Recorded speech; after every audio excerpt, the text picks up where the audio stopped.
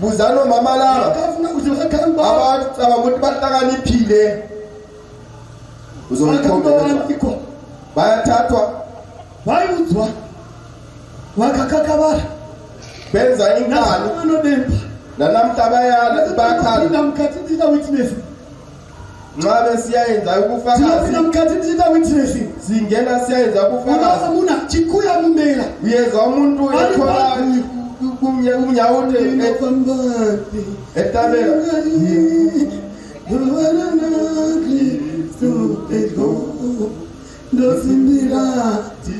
Jaimon, achikuya mumera wenona. Pega sakapala baba Israeli. Kuta Israeli. Akashita. Waweza. Chisungani dana. Wasopela. Pali pioro wa mama pai. Shikanti dopa. Wachisungani. Wasespopela. Kuroa kuti papoeti kwa masacrifices. Zapo wakusenza kona ekabela pure. Weboga pali pure pa Israel. Abantwana wa Israel. Abaliza engena lapha endawo. Wathengese kwachikilisa thengiselo. Ngenxa yamacansi kuphela. Sikayikudi basekuthwala. Verse ya 4. Ibaba Jehova akati kuna Moses. Tora vakuru vose vavanhu uvasungirire masikati makuru pamberi paJehovha. Chibodlira manakona amapawa ine vana vaMwari zvile navantwana vakakulungulu vanasikana vaMoabite avantwana vasunganidzwa nevanakomana vaIsraeri bochele ndauya navantwana vako-Israeri. Mwari hana kunotaura nevana vakazvisunganidza navo vazigopendera. What Moses told all the leaders of Israel. Abatungameleli bokuIsraeli pamatanda ngopele emasigodweni paJehova ngathi makhulu pemini kulibalele malilobe masha tamathala malichaye impawa zabadala ihasha zamali bochele ukuze ulanga abadala ndathini bazwisunganidza abakomana baIsraeli abantwana bakwaIsraeli bazibopele namaPapai kodwa amacala abo wakathatana abadala bako-Israeli kana uri mubele kuti ungati ukhetha imizalo nezitho semama ngokwenza umntwana uyazisomela saka manabuka ngakho mntana ile mkhomana kufane 20 years tikuphawisa ukutenda ku university izvezvi dosunga chibhakira uyachaya ndakati umwe musi ndamudza zvandisingadi ngelinye ilanga ukuthi ngathithe kunamatu esitasikhulekile ukuthenga ibhabhukam yena uhlanyela uhlafuna ibhabhukam esidlangani yakholisa esenza khona kakwenzayo ndikathi thini kudalo kuthi amnamatu wathi sifuna ukukhuleka sikanzi umlozi bakuthi kana mama nendemvu kule logic ayakwazi nxa izule ndemvu njengalokhu uyabe usuzibona kuhle sikayi yaziwa wani ngizwile ingane ndoba ndathi kodwa athachi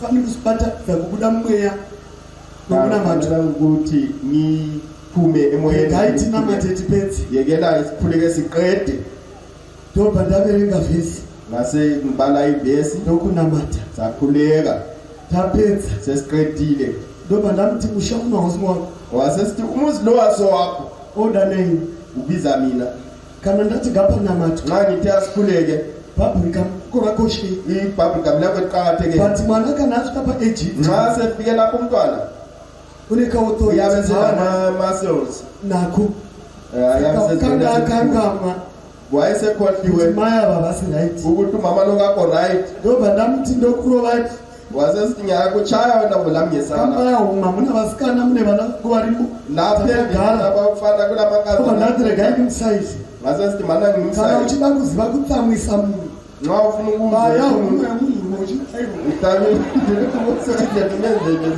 umenze saka ndoba ndambaye wasembaya khona murume mkhulu indoda enkulu wakapasa A-level wawupasi A-level wayitha ama-sciences wayesenza ama-sciences futhi nayi nama-results akhe ukenda ama-results akhe soba ndathi kumsayiza wathi ngifuna ukumsayiza lo ubaya uma wamhlaba ibusu ungasikali ukuthi ifambe ndakamwenzela itsikile wangezelela amandla katikana wazogara panoti lapha kutsho mina iwe ndakasenga wena ngakutwala 9 months awugoni kuti wofa awukwanisi ukuthi usukela ndobva tatorya ngatite vavatatu asenza ndokungoti nyama wasukuma ndokuinda kubhedroom kwakhe wahambe ngekamelo lakhe wazilokela khonapho ini ndobvasapakubva kwapakulela apa ukudla ndatovira vele sekunzima lapha pandiri ichallenge akuye sekukubi kundisumukira njitawo usukume khuluma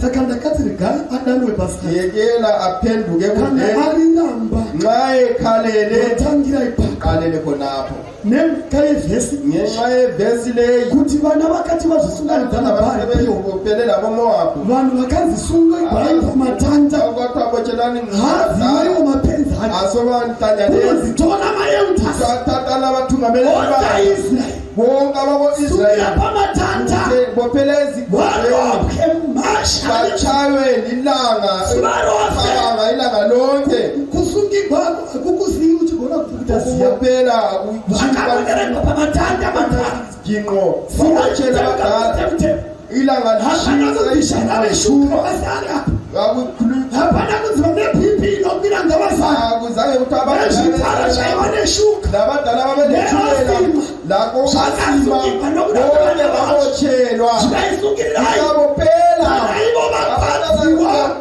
hasha dzangu dzichadzira ulaka lwami luzakweta apa kutsamigwa iwe akuzange kuzondelwe lowo patsamigwa mupfeki kuzondelwe umzali leadership yose eisraeli umthungameleli wonke wako-israyeli saka nemhaka yevhesi ngenxa yeleyivesi handipi mwana authority hayi mnika umntwana imvumo as long as I live as long as ephila achiita zvinhu zvisizvo esenza ungayisikho saka ndobva ndati mwana enda nomudana nati brian havekesi ngakho ngathiwa brian kuyisitshwana nati ndakaguta wathi ngisuthi ndikati achiramba sadza rangu esali isitshwana sikabani saka ndaifana ndero ndanyarara ngangithule na ndakamudza tokupira kubeta munamato ngangicelile ukuthi ndopangaotoya kutsenga bhabrika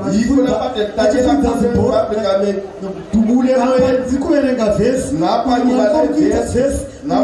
vhesi vesi loyenza ivesi kuputisa yena uyadubula ibhabrikam yakhe pamberi pangu phambi kwakhe ndikati satan ngathi nangu satani wauya kuzondichallenja direct pamba pangu wesi emzini wami wapita nepi ungene ngaphi ndauya ngadisitshwana zvinewati ndakaguta emusuthi ndikati chirega indomutora ngiyemthatha mina abuye edla ndakainda kurumu rake abe ekamelweni lakhe pamba pangu emzini wakhe ndobva ndati fuato vula umnyango ndobva mama saita sei kwenze njani kanti ndikati vhura mukova vula umnyango zvika aiwa mama inanzira kuti sadza ndiripi mama manje chimodzo nebhini ichiya saka ndikati ndativhura dho zvezvakamakazvakamanda nje ndobva aramba kuvhura mukova ndikati brian vhura dho idho randovhuna brian vhura mnyango nyavula andibondova ati undikurire ngayalala kusvika vauya pasi kuze ubuye phansi ndavavhura dho pavajaya kumja ndobva ndati saka undaita kupikisana nene wati kufuna ukuphikisana nami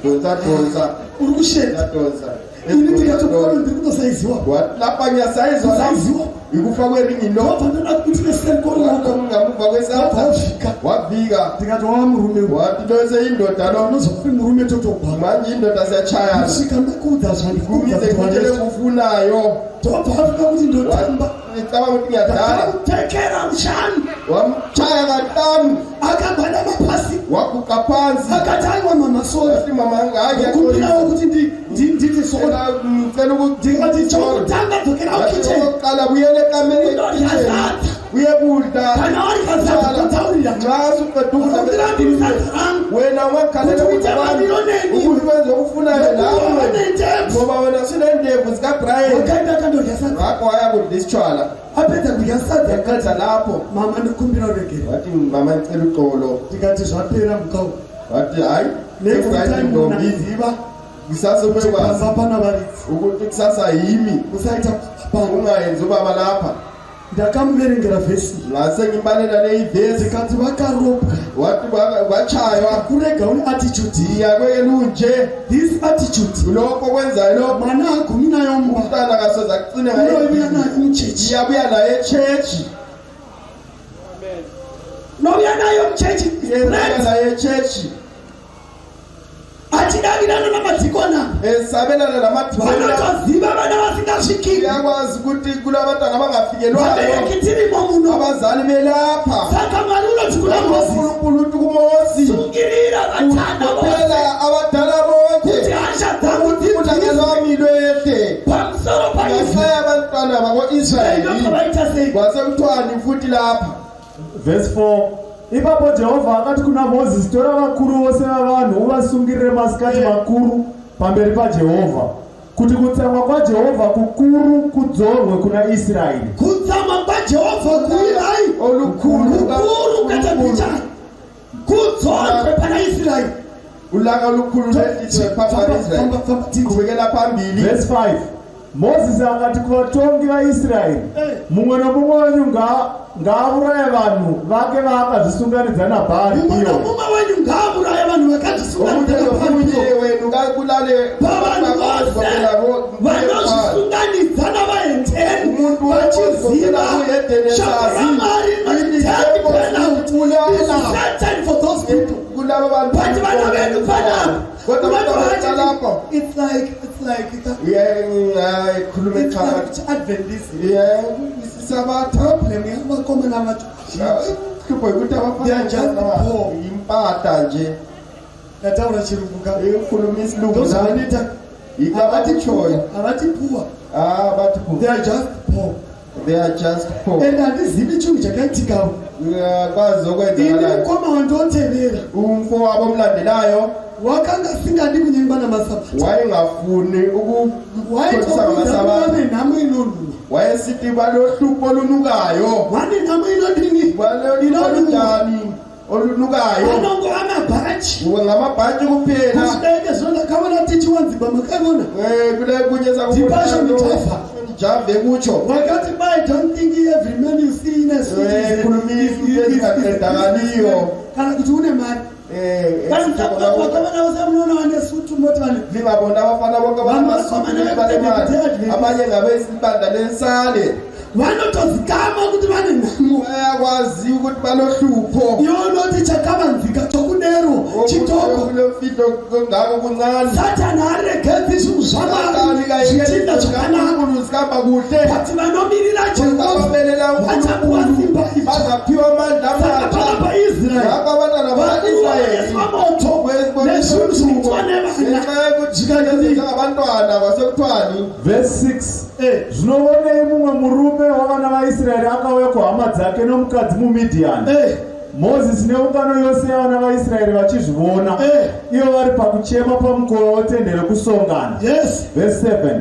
Zvino Finehasi mwanakomana waEreazari, mwanakomana womuprista Aroni, akuphumule kunapo zvivindi zvakune vana vedu zvinohyisa izibindi ezilabantwana bethu ziyesabeka vaIsraeri vakasungirika abadala bebandla bebothelwe vakuchema bayakhala izinto vasungirika uNkulunkulu ukhuluma ukuthi kababotshelwe vakaita mumwe murume wakwaIsraeri indoda eyakwa-Israyeli unobuya masikati uya wachena emini libalele direct nekumisasa achidarika nepakasungirwa matanda phakathi kwamatende akabata bhepi ebambe intombazane achipinda mutende yena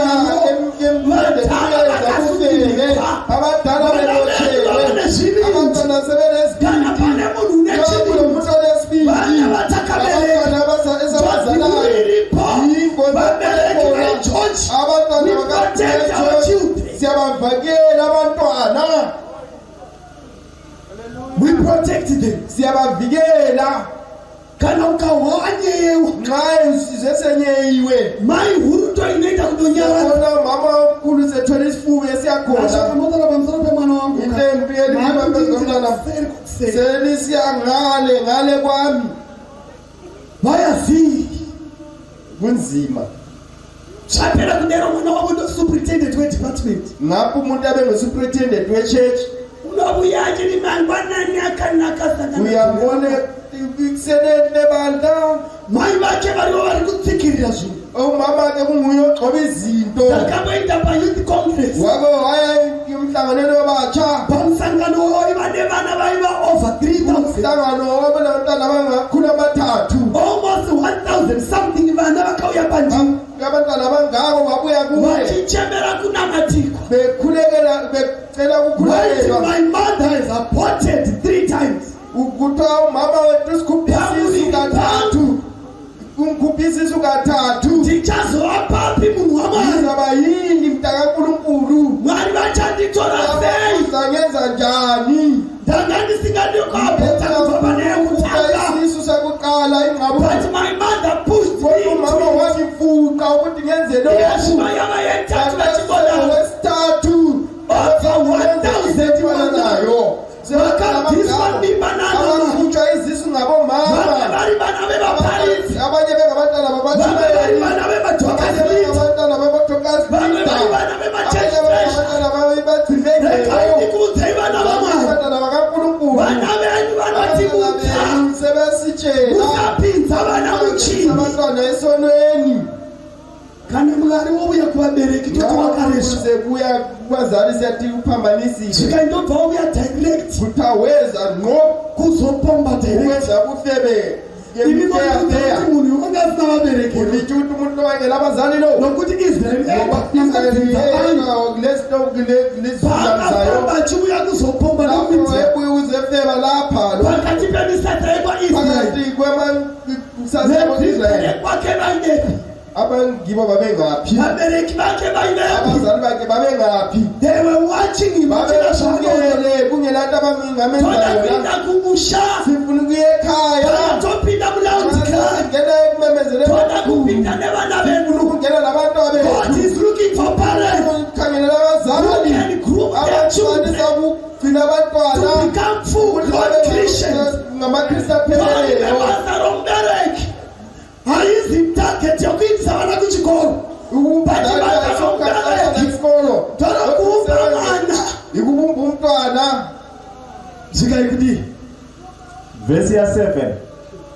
Zvino Finehasi mwanakomana waEreazari mwanakomana womuprista Aroni wakati achizviona akasimuka akabuda pakati peungano ane pfumo muruoko rwake akaitei akatevera murume uyo muIsraeri Yes. mukati metende yes akavabaya nepfumo nomudumbu akabaya nepfumo nomudumbu. ivo vaviri Ivo ndi vaviri murume muIsraeri nomukadzi. nomukadzi muMidhiani. Naizvozvo denda rakaguma pakati pavana vaIsraeri. Rikaguma pavana vaIsraeri. isifo sapera pakati vaIsraeri Vose vakanga vafa nedenda iro vakasvika zviuru zvina 24. Zviuru zvina 24.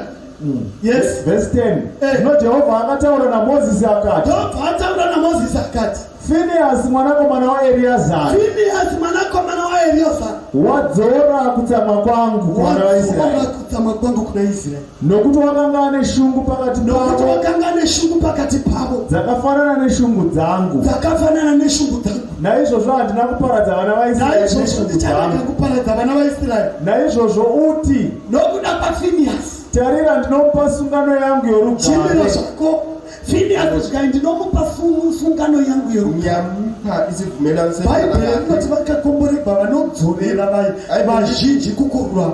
babusisiwa Unoti akuya direct kuzoita upongo twaIsraeri. ngqowe kuzowenza Mamwe madhara ose abanye akatanga abadala bekhangele panoita one chete. khona okubuyayo Ende yedwa kana mukatarira pasure xa patabereka lingabuyele emumva lapho esibale vaMozisi khona wakati mumwe nomumwe ngaabulaye omunye nomunye kabulale munhu werudzi rwake omhlobo wakhe wakazvisunganidza naBhaari Peor. owenze Chakaita kuti muchinda wauye ari one.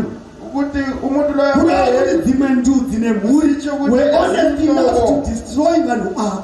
abanye babebulele But pane mhuri kodwa yakachengetedzwa. kulenye imhuri eyigcinile Regai ndikuudzei vabereki, zabini bazali hamuzviitiri zvakanaka awuzenzeli kuhle kuchengetedza mwoyo wako muchivi. mntwana esonweni Kana uri nhengo yesangano ilunga lebandla ndosaka sangano richipitira ibandla lingenela haurogiwa kana murume wako uthatha indoda yakho unovavesa nechechi yamwako. yachayisa ibandla Mwana une muviri wakabora mntwana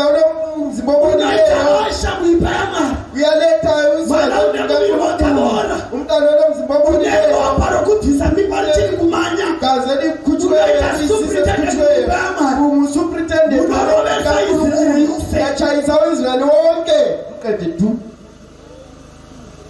pakafa 2000 24,000 vanhu vakarovegwa, vana vakazvagwa namadheka. abantu abachayela abantwana abazalwe ngabantu ababi. Ndataura ndikati really little bit sensitive. But ndoda kuti usiye wabona chinofana kuponeswa. Kufanele uone kwanhasi ndipo iti kusoft side racho. Namhlanje sezingane ndaura hard copy izangena phakathi kwendaba rimwe gona. Nase sihlangana ndobe sichataura soft copy.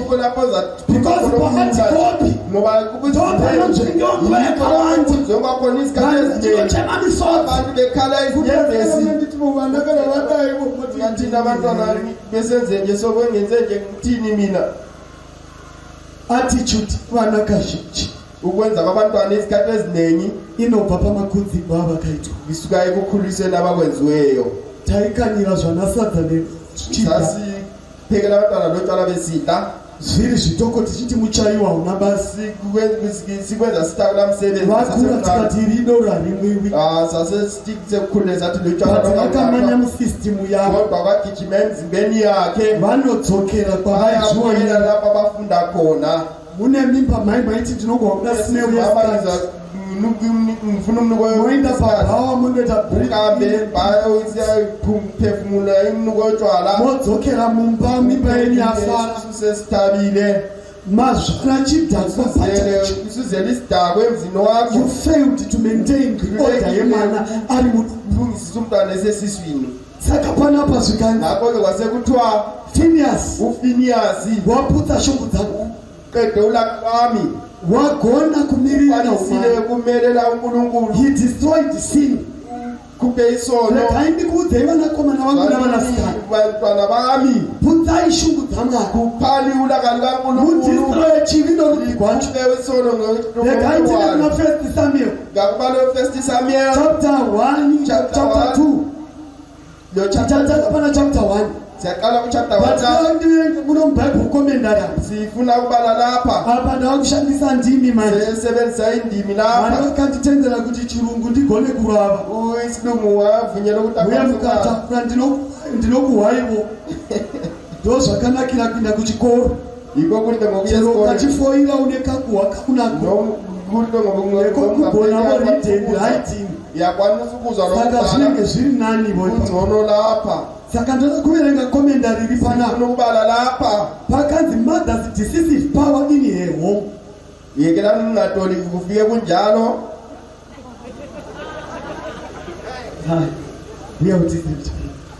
It's okay. Ngativerenge ndaifunga kuti zongosvika zvakadaro. ndoda kuti mise kuchikara because pane vanosara vasina kupawa. Mother's decisive power in her home. ukwenza kamama ungalunganga emzini wakhe ndoda kuti mise kushona mani kushona nokundoda kuhwabweni kuti madongera izvo chaizvo. alright kuita kwamai kusina kururama mupamba pake hazvisizo hazvisizo hazvisizo simba ramai rekusarurama pamba pake. aiwa uya mupanda uyamboya mother's decisive power in her home.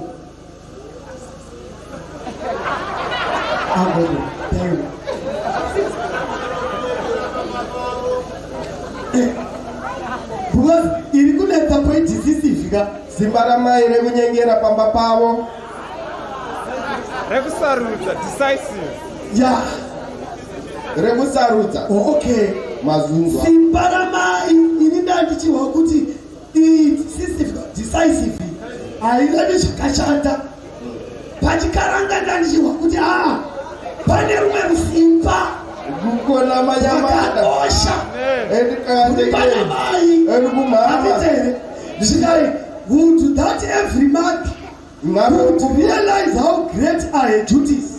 Deno vai vese vaingazwisisa kukosha kwa mabasa avo and her responsibilities nemashanda zinofana kunge vachiita and how great will be the reward nemvunzo uchiwapiwa hayi regai ndimboidongera Mbairo. regai vaite boga akaingozama pano pari kuti panapa hundu that every mother would realize how great her duties and her responsibilities. Vaidai mai vose vaiziva kukura kwebasa ravo neresponsibility yavo pambapani pavo zvikanzi. And how great will be the reward of faithfulness. Zvikaidai vaiziva kukura kwemubairo wekutendeka nokuva faithful as a mother. Amen. Zvikaipanapa the mother's daily influence upon her children. Zvikaibasa rewelshare yamai zuva rimwe nerimwe pamusoro pevana vavo.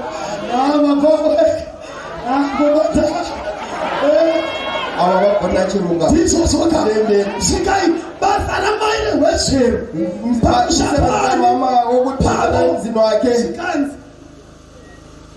preparing them is to preparing them for everlasting life or eternal death.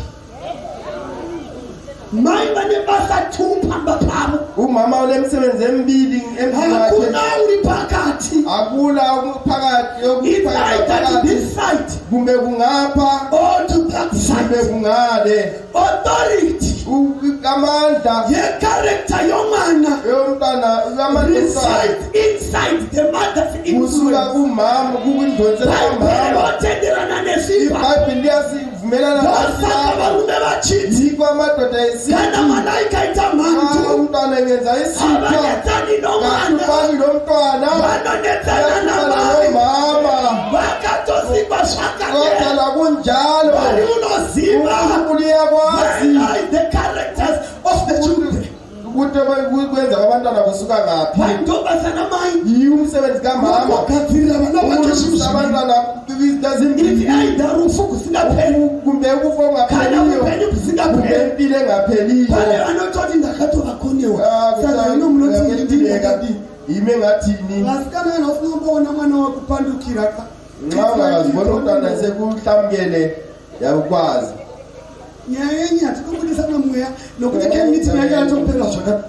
asifuni ukukhutshwa emoyeni ngoba ikhembithi ngiphele kuhle Budisa mweya. asikhuphe emoyeni Dai varume kana vanga vachatenda kuti mubve pano. hayi ngavunga ukuthi lisuke Nhasi chaiko mindodzi mangwana ngati mugetainda. namhlantambama kwenu Hapasina need yekemiti. awusela nide yokuthi siye Kwatakanaka.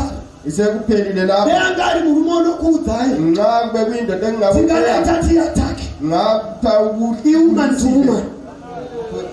Amen. ngumfazi Basa ramai mumba. umsebenzi kamama Mai George mfana wangu. nageorge Ndiwo power. ngolamandla Yokugadzira vana vako. ukulungisisa abantwana For eternal death. ukuthi Kana for everlasting life. bangapheliyo kumbe empilo Saka vakashayikwa kudenga. ngakho bengasekalezi ngihamba Inoti kuRomans mukadzi uchaponeswa. kuthiwa umfazi Kana vana vake varambira pakutenda. hayi ukuthi abantwana bayalela Kana mai watoita vana kodwa muka. xa umama enza Mati maiteseput. amadolo kafana Fight for the safety of your children. kalela abantu bakho Their lives is ngoba sufficient. impilo yabo isezandleni zakho saphenduka isilungu lesiya Zvikanzi. She exercises in her home a power more decisive than the minister in the desk. Zvikanmai vano ofisi yavo ihofisi yakhe yavanayo mukati memba mavo ela emzini yakhe yakakura kudarika hofisi inkulu kwedlula ihofisi wegovernment. edlula ekaminister of health Hakuna mabasa. akula msebenzi akula msebenzi Minister manoko pauri. wena amaminister emancane kekhona emancane kuwe Ndai henyu kumabasa. hambani emsebenzini Shaiwa time nevana. iselani isikhathi Kana labantwana madzoka petebuleta tambe naro. seliphendukile Areke kukunetsai. ayekela ukulihlupha You have prepared for your son and your children usuyelungiselela for abantu abakho eternal death. ukufa kungapheliyo Every month. njengomama Zvikanzi. ndolike la or even the king upon his throne.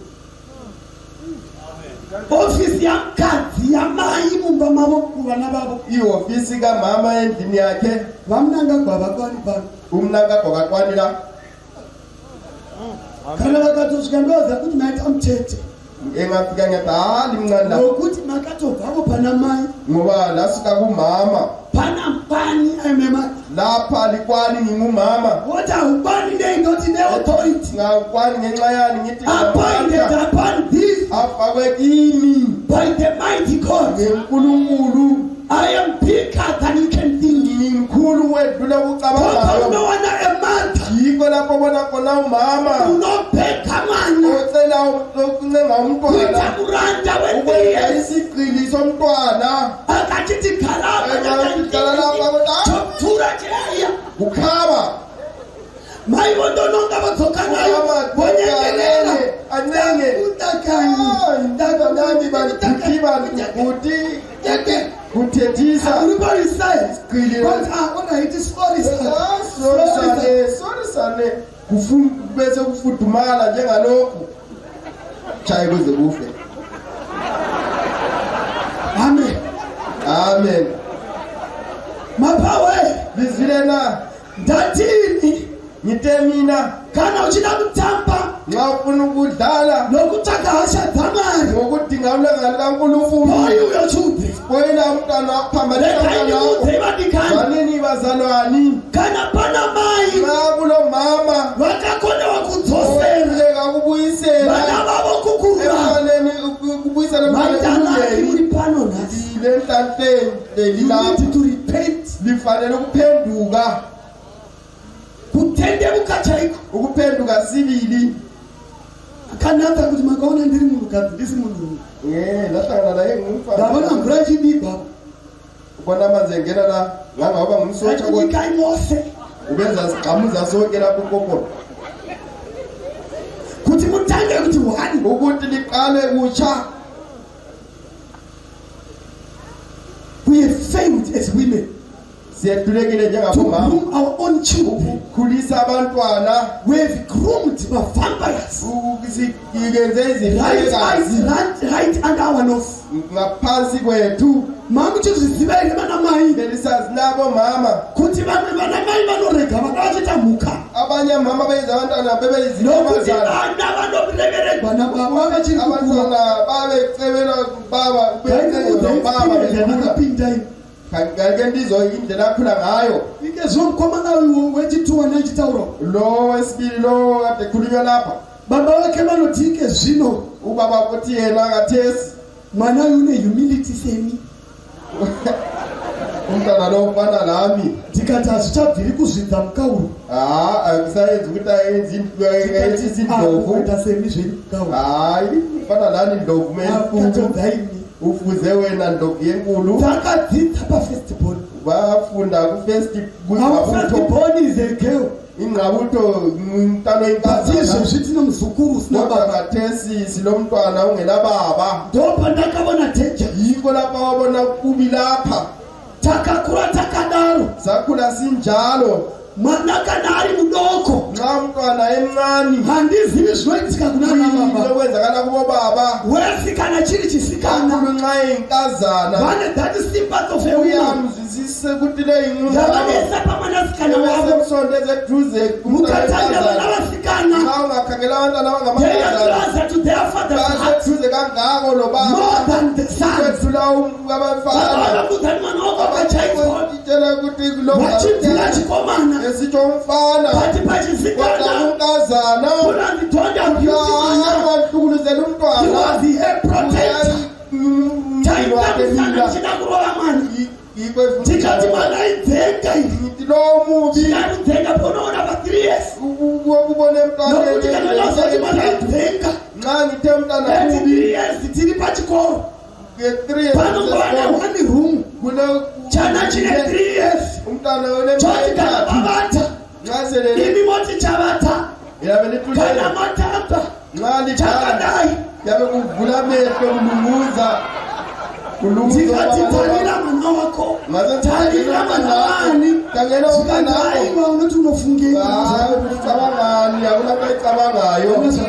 akulaitabangayo ulumuza ndakazoudzwa neumwe mushamwari yangu 1 year 6 months vakazoti guys watova pakati sevepakati wanike chamuka mukotibet sekuvukile chakamira kubona imuvi chakavatarira kulumuza kubona kana kuchema nitukukala kwanzi basa ramaimumba umsebenzi kamamendi minista uri nani kana ukatarira mapolitician hatenderi shawi richimukira pakati unanotisa kuora kose kusati mabuda ndo basa ramai muvana takavavudza ndikati mwana unofanira kuropose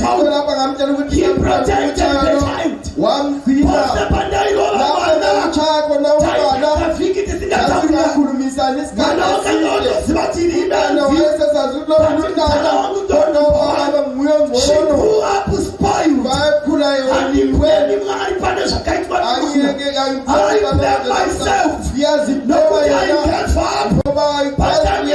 nokuti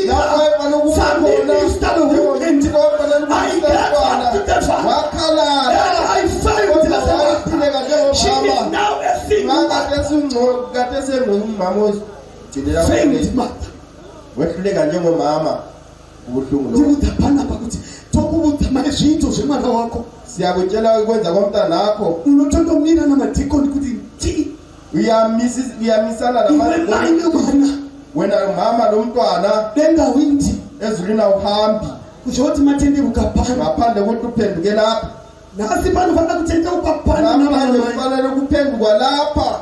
Never surrender the identity of your children to your husband.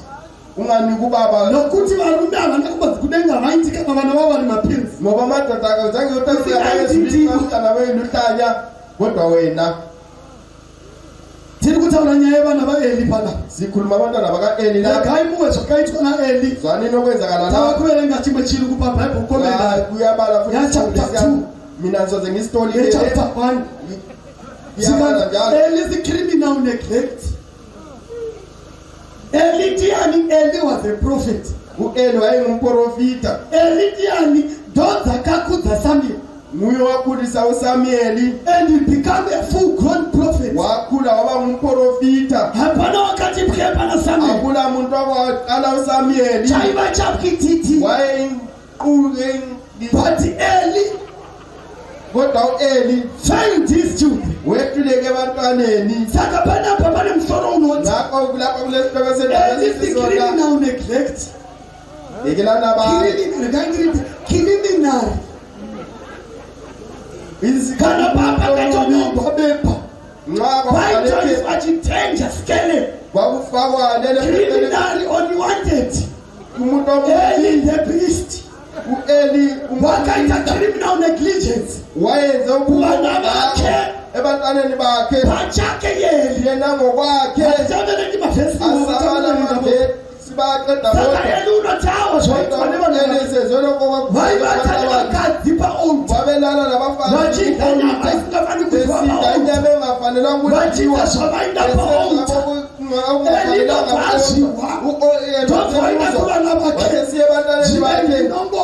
wasesithi ngiyezwa nje elikwenza etempelini ingenzi njalo bantu abami munodarikisa vanhu vajekubi phambi kana munhu akatadzira Mwari engaphambaniseli uNkulunkulu ungaregererwa sei engaxolelwa njani murupa witsai liyezwa na ndiani ungamukwira kuthwana ungamlwela ndopanda vangamdara abaizida spirit of prophecy kuti inothandini spirit of prophecy kuti thini lapha. The cause of Eli, his sinful indulgence as a father. Mabawi said, the cause of Eli, panyaya elapa, my sinful indulgence as a father. Pane kame kamitiro kakaita. Changa zili sinful. Changa zikafanukita sababa. And he is criminal neglect. as a priest of God, zvikaine nezvinhu zvakaita zviri criminal zvakaregerera somuprista wani wamwari. Chimwe chinhu chakaitwa naEli chihwani, wakarega vana vake vari vaprista. Iye aziva kuti vakabora. Chinhu chokutanga chaifanira kuitwa nehigh priest was to demote his children from the office and he left the altar of God. Unfortunately, wakangotaura nemuromo vakuvarega vari paaltari yaMwari. Pane vabereki muno mukati mesangano vanenge vavata vachiroya Mwari, wavawanika vetene murume mumba mangwana unomuka ari kudzikonesi achitobata zvindiro baba vachiziva zvose naMwari. You are a criminal parent. Kana pane chinhu chawaifanira kuita kubvisa mwana wako pabasa raMwari, haumiriri madhikoni, unoudza madhikoni. Mwana uyu mwana uyu ngaiswe pasi peshanje. Hakuna mbereki uchaponeswa kana mwana wake iruka. Pane imwe nguva pane patinotidzana navo zvikanzi panapa presence, a striking and painful contrast to the feminist and the self-denial of the faithful Hannah. Mapawisisa wakakurigwa naHanna, wakagona kuita self-sacrifice, akarura chana chake akanomisa mtembere kuti arerewe naEli, akakuta vana mai munoti kudini mabonero sigwagara Hana wakagona zvikai panapa. Eli was acquainted with the divine will. Acquainted, he knew what characters God could accept and what he would condemn.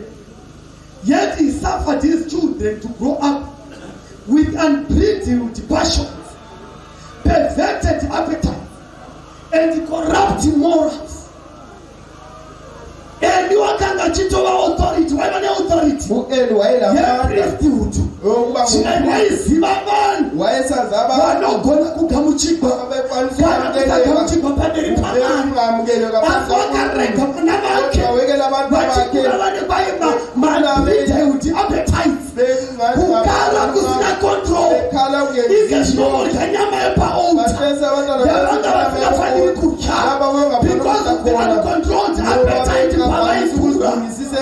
appetite babukhali unoshaka zvose mwana.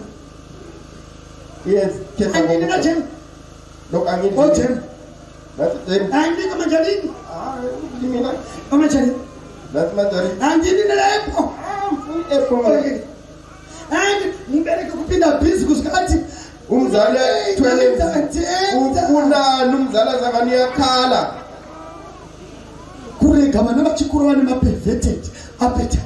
Ukusekela umntwana ekhula elokukhanya windi ezulina uhambi baba kurya nyama dzepa-altar, sesidla inyama ze-altar. mwana unodzidziswa namai vake Umntwana ufundiswa ngumama wakhe self-temperance. ukukhetha. Izo tichikura taiti vana mai vedu vaidzvanyirira sikhula sasitoma zakapeduka ezakale kuti mazuva ebikwa mafete kusikati lapho kwakuphekwa abikwa mafete kukwari murusero ezephekiwa amafete pakangosvika mweni kungafika isivakachi sumukai mndotamba kuti hamba ndiyedala tatafunya chisero parisero sesihlezi sesikhanyeni ukuthi chikudaipazemunodini kuma ndiyedala unobuda wakateneki kumukanyele sonyongoloza ukudla awuphenduki yikho lapho esengisiyakhona zichinazisingadi ngifuna vakatibenzera ngasinceda kucontrola our appetite lungizise endabeni zokuhlali usabetamana achikura nokukhala akuyekela tosanga wamitizikwapita yikho kuthiwa unani controlled appetite ubukhali hana mai vakamutasamura wamqondisayo Zvinochoroka ndipazvokucha.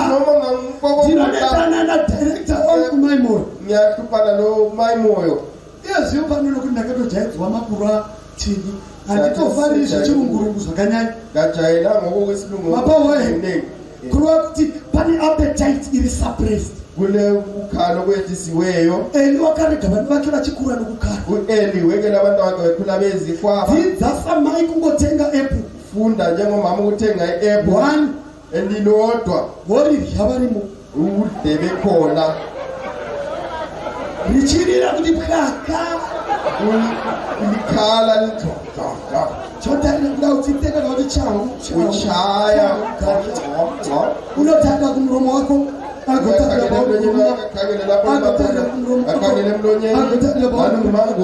Akaona kuti basa rachitoko zvinodabona kuitela ngani akukana votopera gari zvivaripere yambelelala mwana ngakontrolwe appetite akuti kuda mwana kuti chero chawadya wodya charatotongana nomurume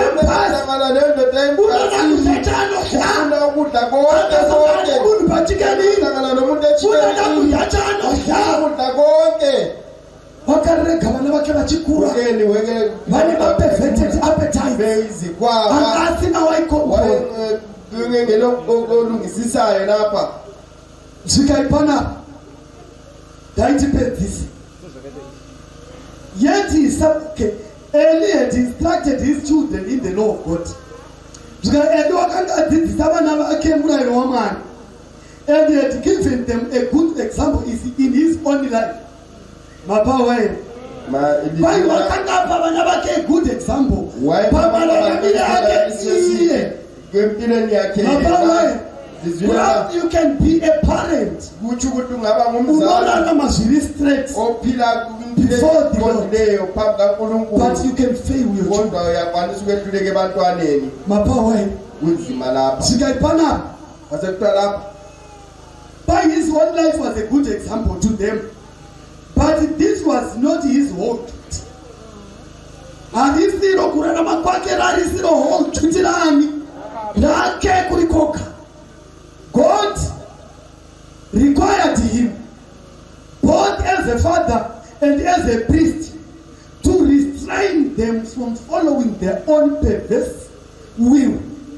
This he had failed to do as a father. Waifanira kudzosa vana vake pazviito zvavo. Kurarama kwake kwakusina kukwana, ukuphila kwakungaphelelanga, but vana vake vaiva nemararamiro akaipa. Aifanira kuita restraint, aifanira kukulungisisa as a father, njengobaba. Panoshanda shoko mfanamiro kurestrain, hazvitapiri kubetisa akumnandi kuitwa restrain hakutapiri kutonzwa namahanisi ukubuyisele iwe uchida kuita uku wena ufuna ukuyalethwa kuita uku uyaphendulwa ifanira kuita eli waifanira kushandisa kasimba so ngekutosa mwana ndopotike zvinodikaino nokuti inoziva kuti if we spoil children we have spoiled the universe. Iyakwazi ukuthi wasesiyehluleke abantusina vana vonke zvikaiha ndokungapano chero kada kundoreva kumapurisa unorovebva mapurisa ipo tikati mamuchifunga ndoreva mapurisa kai moodozvamukufuka ini unongovuya ndomupa vhesi ndomuvhurisira kuna zvirevo bese ngivula kuzaka mwana wakangoregwa hake uchachemedza mai vake umntwana owekelelwayo uzakhalisa umamati kurova kunokuvadza kurova kunopinda mukati ukuchaya kuyangena kunobvisa upenzi hwomwana ububi bomntwana imwe yoti bai upenzi hwomwana hunonamira pagodo remwoyo asi shamhu ichaudzingira kure nanje kodwa usazi saka ndindo nemhaka yevhesi izvi ngenxa yalokhu handitereri munhu ndoterera umuntu bhaibheri rinoti ngatuba unoterera vanhu bhaibheri risithi mwana ndinorova ofisi umntwana ngiyachaya siyafana zikapana umoya wakarwegwa mupurisa kuti lapha amapholisa ekuchayo la nokuthi ina ndingarekinda kudenga ke mina ngeke ngeke ezulwini kuda komana ngenxa yomntwana elima mchiziba ile ukuthi wakafa nebana bakhe eli wafa ndawonye nabantu abakhe langalinye maya kathi iwe nebana bakho uNkulunkulu watona nabantu ne-Israel icharoba le Israel izachaywa munodono kwasithetha iyachaywa kuphela bakarobha ba-chapter 4 bachaywa ku-chapter 4 chapter 5 chapter 6 chapter 5 kayamalikatoba nokunakebana bakhomana ba-eli ebana bakhe anataka benefita Japonesco, he failed to control his Jiswa wayehluleka kulayela abantu abakhe zikayiphana wasekuthiwa lapha Eli had instructed him okay doda apha warning to parents following Eli's example. If parents who are following Eli's example of neglect could see the result of the education they are giving their children, they would feel that the curse which fell on Eli would surely fall on them. The sin of rebellion against parental authority lies at the very foundation of the misery and the crime in the world today.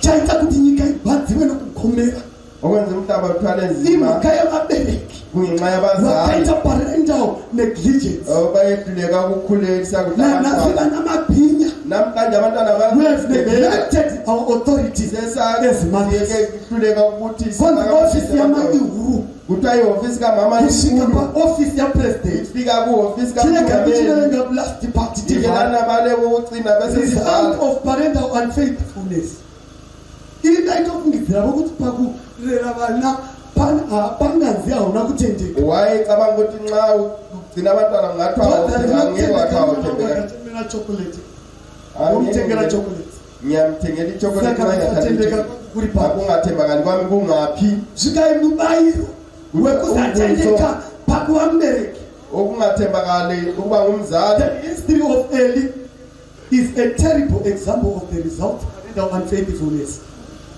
Through his neglect of duty, his sons become a snare to their fellow men and an offense to God, forfeiting not only the present but the future life.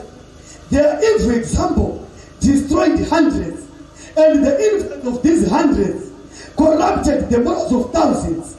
This case should be a warning to all parents.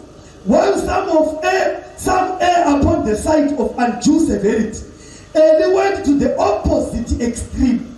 He indulged his sons to their ruin. Their faults were overlooked in their childhood and excused in their days of their youth. The commands of the parents were disregarded, and the father did not enforce obedience. The children saw that they could hold the lines of control, and they improved the opportunity. As the sons advanced in years, they lost all respect to their faint-hearted father. They went on in sin without restraint. He remonstrated with them, but his words fell unheeded. Gross sins and revolting crimes were daily committed by them until the Lord himself visited with judgment and transgressors of the law.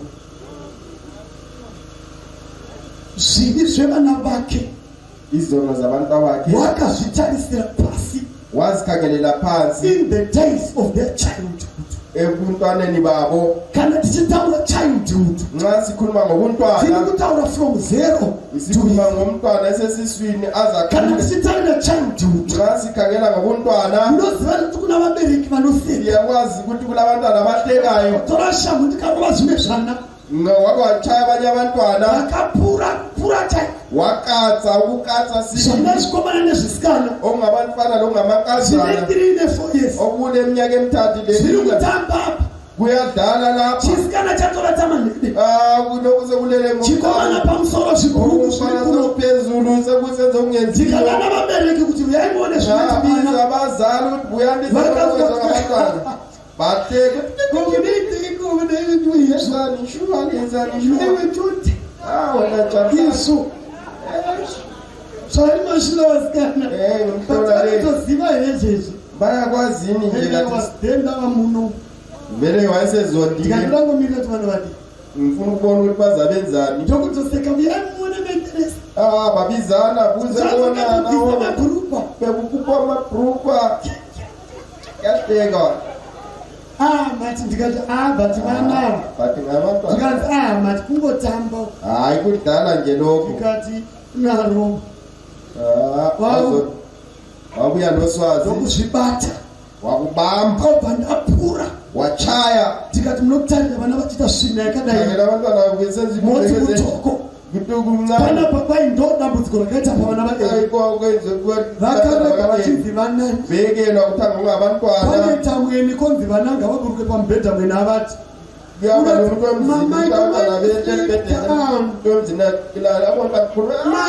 don't want to sleep there. But watashinga chirara twaona sekuru kuti I don't want, I can't, but if you think my pet vasekuru vatoti avuya zvakonzi kuri iya zvakatirega ndinde ipapo mai vototi tashinga nai vototi mwana mudiki usekurata hamutwana omncane zvikai vana vaeli vakakoneka mapachaitu kuti avatamba kaeli vakainowewa zvimwe zvinhu zvavaifanira kudzoka vaekelelwaizindava vaifanira kuzinqaaolder bekhula besiba kakhulu babesiya phambili territory kundawo yokudominate yokuthi bakwanisa ukuba lamandla kumzali wozothi abarumile kadala wothi gara phasi ukusithi hlala phansi zinothi msandiguthisile ngisutela ikubi wena but mwana wakakhula ari under authority umntwana wakhule ngaphansi kwamandla unozviziva kuti when my mother says sit down hlala phansi he will sit utsho njengakho nokho tikatora zvona zvedu ngabantwana ongane tikazvibuyisa pano zviwakuleta lapha tikamira ngama phambi kwethu lapha kana mukati kune zvimwe gara pasi pane chinogona kutogara chokufunya ichocho chokuudzai karekta iri sure chimwe chikobitijaiti ngatigarai pasi apetsvina netombogari akugadzikapa zvikanzi vana vaeli pavakanga vachikura vaivanda pakutoka authority pana baba vafained hearted vanga vamutana hapana changa chichahupa nevana vake result yacho israeri naeli vakaropa pamwe chete vaverenga pana chapter 4 kuna 1,000 soldiers Israel were destroyed nokuda kwezviito zvavabulawa ngenxa abantwana vakaeli tiripo sana maimani sikhona njengabomama lapha takarovesa dzinza esachayisa umhlaba wonke tikarovesa mburi sachayisa izimhuri zonke tikarovesa nechechi sachayisa ibandla likankulunkulu tinotova navana vakateta maperverted appetite abayenza vamwe vana dhatova mhandu dzamwari abanye sezizida taneta zikankulunkulu kunamatira vana twele nzima ngokukhulekela unofanira kunamatirwa ndimai fanele ukuqala ukukhulekela vana mai vose vanoti omama bonke vakaita seni abafanana kubaratanyama ndakuudzai kuti vana vamimvana I have 5 days a month. I surrendered the authority of being a mother to the father. Unfortunately, I have only one daughter. Kana ukavatarira they are in the order nokuti the father surrendered them to my hands. Now I am making them men vachakura vachishamwari vari paere vana mai pakati pedu vanoti vaigwedede auzodoka foire ayasendazamabindodzoka kumusha vakadero zvaka muchiuya vakadero vana mai vanoti I have failed failed the church. I have failed the world. I have failed Zimbabwe. My children are now exiled, even in front of congregants. But don't talk. My God, any culture. That's why in Mary, but in his right, the testimony.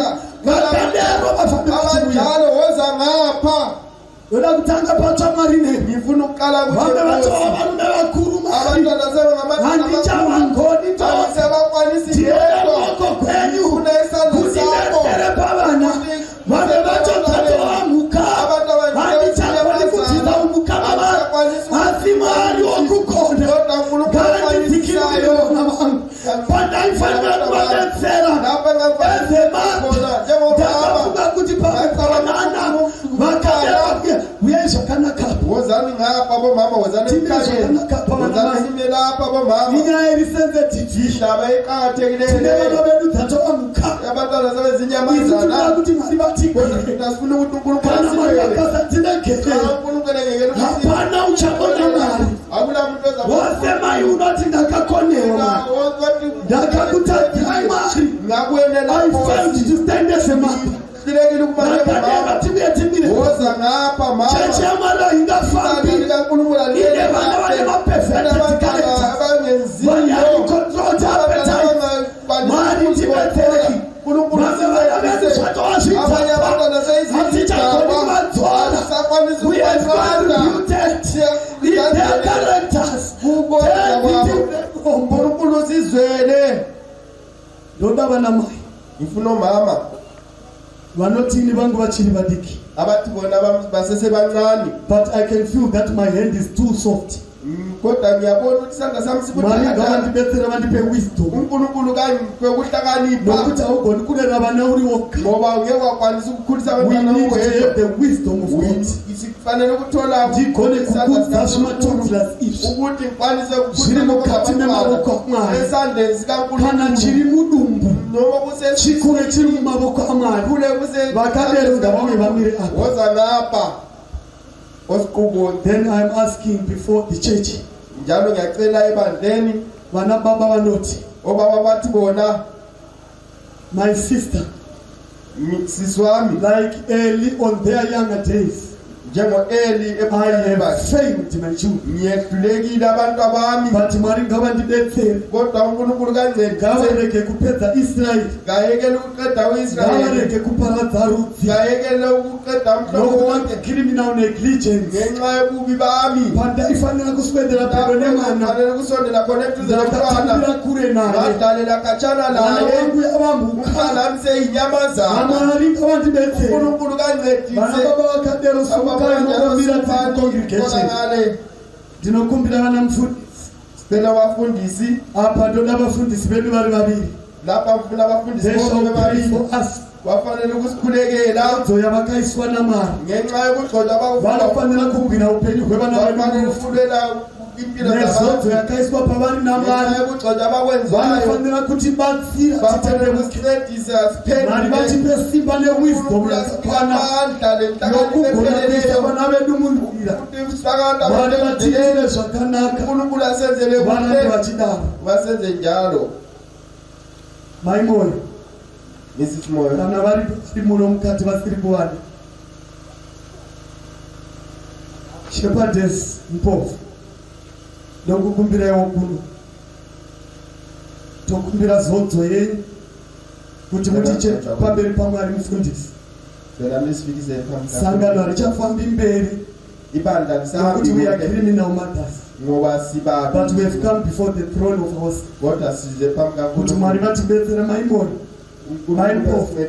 pane vane vana vachiri vadiki sei mukati memavoko aMwari varwirwe pakuvakudza reya iri mberi shamhu ichitevera varukwe kuva vanhu dzidzisa kusingabvi as ministers to your children vakudzwe namatinaboka iri ndekurekana nebaba vakamira labo baba Vanoti we have bathi failed. abathi bona sehlulekile Vana vedu vamwe vacho vantu vama vamwe vedu criminals amuri kunzwa mafirst streets.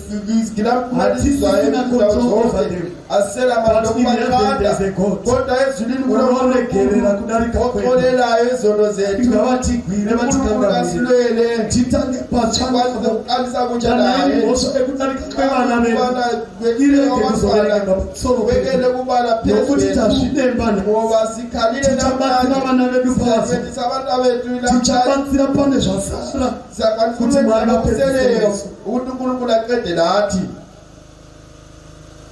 Ngathi namati Mwari pakava kusoro kudenga tinoda kutenda itenzi tinotenda nyasha dzenyu dzinogara kwatiri nekusingaperi tinoda kukupa imbiri pane ino nguva nekutipa umwe mukana wekunzwa shoko renyu iro rinotaurwa kwatiri isu sanamai Ishe wedu tinokutendai nezvikomborero zvamakatipa zvevana asi isu tiri tega hatigoni kuvakudza nenzira yakafanira tinokukumbirawo simba rinobva kwamuri ndinokumikidza zvikuru sei isu vanamai vechidiki tichine vana vachiri kukura vari pazera rechidiki Ishe hatigoni kuvaratidza nzira kana musina kutibatsira tinokukumbira simba rinobva kwamuri Mwari dai matirwira ngoni mukati pavo kugona kumira pachokwadi tigovaratidza zvakanaka zvavanofanirwa kuita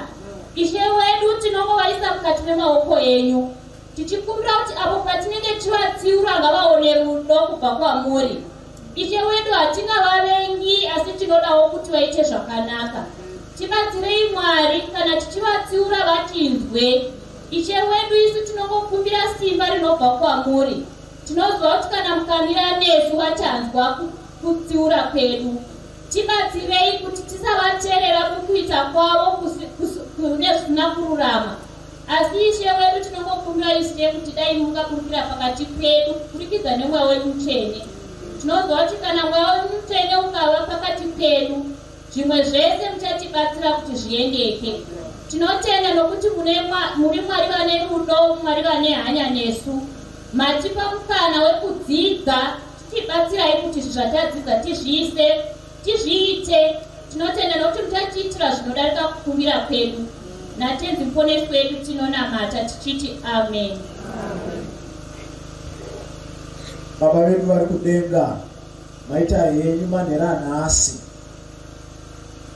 kudzosera zvanga zvakoromoka pandima yazvo ini Mwari wangu ndine mufaro mukuru kwazvo nekuti uyu mudhuri watati tingotarisa uchiwa zuva nezuva kuna vabereki vanongozvara samapofu ekwaokei anofamba mberi mwana ndiye anomuzivisa kuti musari chii nhasi manhasi kuburikidza nomurandakadzi maisa nyaya pachena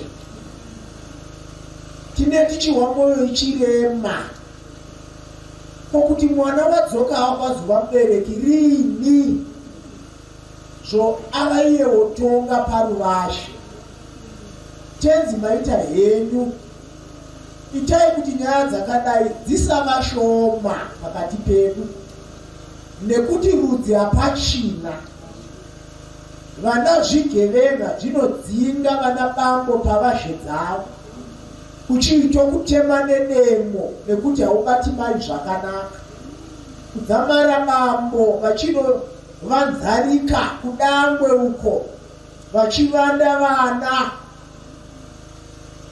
vadoko vakasara pamusha vagere kuvaka misha yavo ndo zviri nyika nhasi vana bambo kutiza misha nekuti zvana zvapera Ishe wedu muvengi wafurufa pakati pedu Mwari dzosai hunhu pavabereki ichokwadi charehwa pano makaigere kuvapa vana nekuti nyangwe nemwi tsamatenga pamairayira murayiro wokuchengetedzwa kwesabata makati uzorore iwe nomwanakomana zvoreva kuti marizuva noune vana.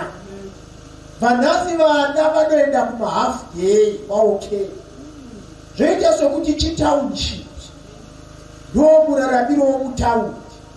Unouya ne2 kg inoisiwa mutina bambo vanga vachidaidzira zvidaidziro. Gertrude achita half day waokei. Mwari tidetserei. Tingaindepiko sesangano? Tina vabereki vangopera simba vasina zvavaita. Mwari tiwire urombo. Hamugoni here kuzvitangira pano paGweru North? Tangai Mwari. Ipo pano tangai panapa. Tinonamata tichihla nekuti makati kuna kana tichivere hakuchina chibayiro chichabvisa chivi chako. Izvozvo zvinotinovesa nehari. Nyangwe Eli aidii, imi mamatotara kuti ivhini ropa raJesu harina simba rokudzima chivi chake, nekuti wakaregera vana vachiita gwende. Mataura Ishe takunzwai. Tina vabereki vamira netsoka vari kuti Mwari takakonewa. Vana vakazvarira pavazhe semvana dzomuraini.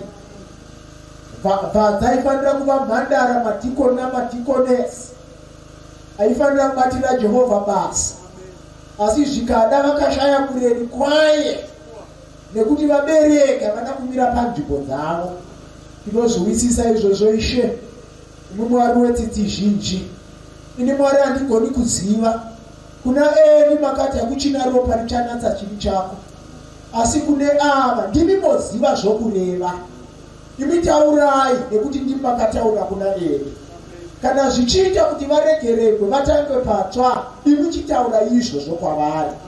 Ina handizivi nekuti kuna Eli ndimi makatoka. Kokuvabereki vauya peri manherano vachiti takatokonewawo nesu, imi chitaurai muhana dzavo. Kana kuri kuregerera, regererai mupezve umwe mukana. Kana zvichimendeka, vadetserei kumenda. Kana zvakatotemuka, zvakatotemuka. Varatidzei kuti vangahwerekedza sei kuti zviite sezvine chimiro. Tinokutendai Ishe wedu. Vakapata vana vamunofemesa, vabereki vakakanganisa kubata vanhu vamunofemesa. Saka imi somusiki chizivai zvokuita neicho chakakanganiswa nouyo wakarega chichikanganisika. Sanganisa izvozvo muzive zvokuita nazvo. Ine handizivi, imi ndimoziva. Kuna nababa vamira netsoka dzavo pano vachiti Mwari ndinogona kurasikirwa nedenga. Tongai muri imi kuti moti kuti, nekuti munhu wanhasi unoshara kuteerera televhizhini sokunge mwari wake chifananidzo ichocho. Vana vanogona vachiona zvipopai zvinopfekekwa kumaTV nadhiabhorosi. Mwari detserai. Tinosvikepiko kana mukasatigwira? Hakuchina rudzi rwavozwa nomuvengi. Ishe wedu sumukai pachigaro mudzoserekereke pazhiri. Kana ikasatangira pamusha kuchechi kunei. Tibetserei Mwari, tiri kuchema manherano. Shoko renyu rauya rine simba. Tinonamata vana baba vamira netsoka. Mutera hoga pana chipo. Vaimi chingidzirai tenzi mubetsere kuti sei imi ndimoziva. Betserai Mwari manherano. Kuya kuno mberi netsoka dzedu kubvuma kuti takakundikana pakuru chaipo. Iye zvino nhasi vana baba vakatarira mwanakomana hana inorova, nekuti inogona kuvhunduka kubaiwa nebanga kana kutemwa nedeki. Paruvazhe rwake nomwana waanopa sadza achimupana machinga nopokuvata. Mwari kohunhu wakatanga riini patiri? Dzosai zvimiro zvokuva vabereki. Tisafa isu tiri vapenyu. Chitibetsera kutora nzvimbo dzedu savabereki. Kana tifanira kukuza tikuze, kana tifanira kurova tirove, kana tifanira kuda tide. ngatifanira kutsiura titsiure. Vaita Ishe wedu, chiitai zvamunoda nesu, isi tazvirereka kwamuri. Tangai patsva nesu Mwari. Dzosai ndangariro dzokuva vabereki, tidzidzisei kuti kuva mubereki zvinomborevei. Tafamba tichiteerera mashizha sokunge ane zvidzidzo. Vashoko redu ndo rinomurayiro kuti mubereki unofanira kuita chinyi. Manewspaper ndoteregwa namaredhiyo kuti anorondedzera chinyi pamwana. Vatine shoko romupenyu mumaoko edu nemuvazhe dzedu. Betserai tenzi. Tatenda neshoko guru rine simba. Vanhu venyu ndivo vanu. Chiitai sokuvona kwenyu. NaJesu tonamata nokusingaperi. Amen.